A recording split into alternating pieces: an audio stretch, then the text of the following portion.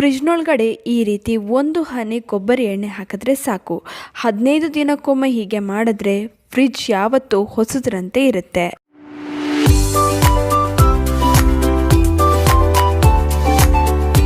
Hi hello ಎಲ್ರಿಗೂ ನಮಸ್ಕಾರ ಮತ್ತು ನನ್ನ ಚಾನಲ್ಗೆ ಸ್ವಾಗತ. ನನ್ನ ಹೆಸರು ವೀಕ್ಷಿತ. ನನ್ನ ಚಾನಲ್ ಹೆಸರು ಸಿಂಪ್ಲಿ ಬ್ಯೂಟಿಫುಲ್ ಕನ್ನಡ.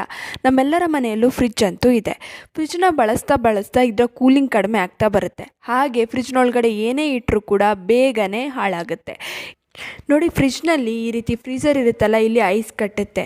ಇದರಲ್ಲಿ ಏನಾದರೂ ಇಡೋದಕ್ಕೂ ಆಗೋದಿಲ್ಲ, ಅಥವಾ ಐಸ್ ಕಟ್ಟಿದರೆ ಫ್ರಿಜ್ ಒಳಗಡೆ ಏನಾದರೂ ಫ್ರೀಝರಲ್ಲಿ ಇಟ್ಟಿದ್ರೆ ಅದನ್ನ ತೆಗಿಯೋದಕ್ಕೂ ಆಗೋದಿಲ್ಲ.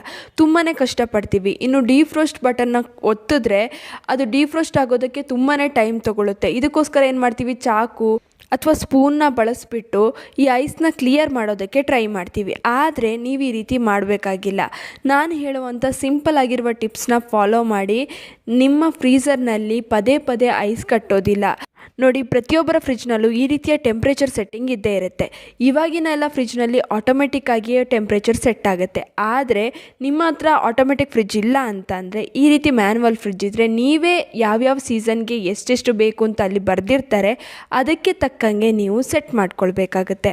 ಈ ರೀತಿ ಮಾಡೋದ್ರಿಂದ ಫ್ರಿಜ್ನ ಕೂಲಿಂಗ್ ಮೇಂಟೈನ್ ಆಗುತ್ತೆ. ಹಾಗೆ ಪದೇ ಪದೇ ಐಸ್ ಕಟ್ಟೋದನ್ನು ಕೂಡ ನಾವು ತಡಿಬಹುದು. ಇನ್ನು ಒಂದು ಬೌಲ್ನ ತಗೊಳ್ಳಿ. ಬೌಲ್ಗೆ ಸುಮಾರು 1 ರಿಂದ 2 ಚಮಚದಷ್ಟು ಉಪ್ಪನ್ನು ಹಾಕ್ಕೊಳ್ಳಿ. ನಿಮ್ಮ ಫ್ರಿಜ್ನ ಫ್ರೀಝರ್ ಎಷ್ಟು ದೊಡ್ಡದಿದೆ ಅಂತ ನೋಡ್ಕೊಳ್ಳಿ. ಚಿಕ್ಕ ಫ್ರೀಝರ್ ಆಗಿದ್ದರೆ 1 ಚಮಚದಷ್ಟು ಉಪ್ಪು ಸಾಕಾಗುತ್ತೆ. ಫ್ರೀಝರ್ ಸ್ವಲ್ಪ ದೊಡ್ಡದಾಗಿದ್ದರೆ 2 ಚಮಚದಷ್ಟು ಉಪ್ಪನ್ನು ಹಾಕ್ಕೊಳ್ಳಿ. ಇವಾಗ ಒಂದು ಬಟ್ಟೆನ ತಗೊಂಡು ಆ ನೀರಿನಲ್ಲಿ ಅದ್ದಿ ಹೀಗೆ ನೀವೇನು ಮಾಡಬೇಕು, ಪೂರ್ತಿಯಾಗಿ ಫ್ರೀಝರ್ನ ಒರೆಸ್ಕೊಳ್ಬೇಕು. ಒದ್ದೆನಲ್ಲೇ ಒರೆಸ್ಕೋಬೇಕು. ಆಮೇಲೆ ಇದನ್ನು ಬೇರೆ ಬಟ್ಟೆಯಲ್ಲಿ ಒರೆಸೋದಕ್ಕೆ ಹೋಗಬೇಡಿ, ಹಾಗೇ ಬಿಟ್ಬಿಡಬೇಕು. ಈ ರೀತಿ ಮಾಡೋದ್ರಿಂದ ಏನಾಗುತ್ತೆ, ಫ್ರೀಝರ್ನಲ್ಲಿ ಪದೇ ಪದೇ ಐಸ್ ಕಟ್ಟೋದಿಲ್ಲ.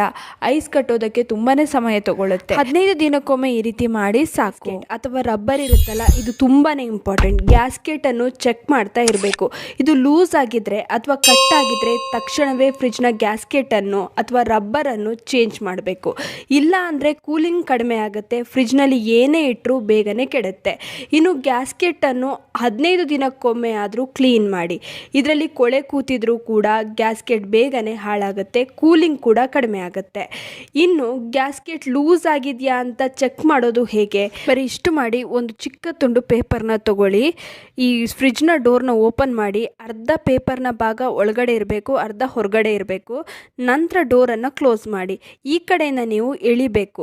ಜೋರಾಗಿ ಎಳಿಯೋದಕ್ಕೋದ್ರೆ ನಿಜವಾಗ್ಲೂ ಪೇಪರ್ ಹೊರಗಡೆ ಬರುತ್ತೆ. ನಿಧಾನಕ್ಕೆ ಎಳೆದು ನೋಡಿ.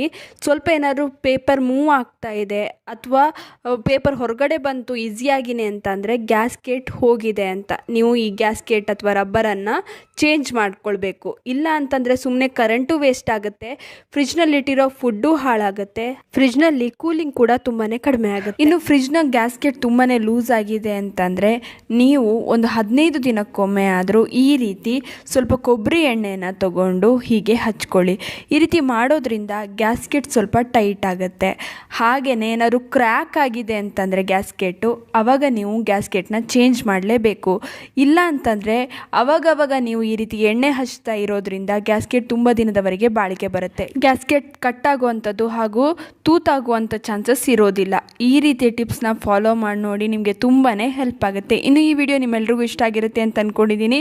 ಹೇಗೆ ಅನ್ನಿಸ್ತು ಅಂತ ಕಮೆಂಟ್ ಸೆಕ್ಷನಲ್ಲಿ ತಿಳಿಸೋದನ್ನ ಮರಿಬೇಡಿ. ಆದಷ್ಟು ಈ ವಿಡಿಯೋನ ನಿಮ್ಮ ಫ್ರೆಂಡ್ಸ್ ಹಾಗೂ ಫ್ಯಾಮಿಲಿ ಜೊತೆ ಶೇರ್ ಮಾಡ್ಕೊಳ್ಳಿ.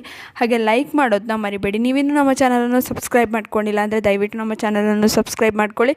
ಹಾಗೆ ಪಕ್ಕದಲ್ಲೇ ಇರುವ ಬೆಲ್ ಬಟನನ್ನು ಕ್ಲಿಕ್ ಮಾಡಿ. ಹೀಗೆ ಪ್ರೋತ್ಸಾಹ ಕೊಡ್ತಾ ಇರಿ. ಪ್ರೋತ್ಸಾಹ ಕೊಡ್ತಿರೋ ನಿಮ್ಮೆಲ್ರಿಗೂ ತುಂಬಾ ಥ್ಯಾಂಕ್ ಯು.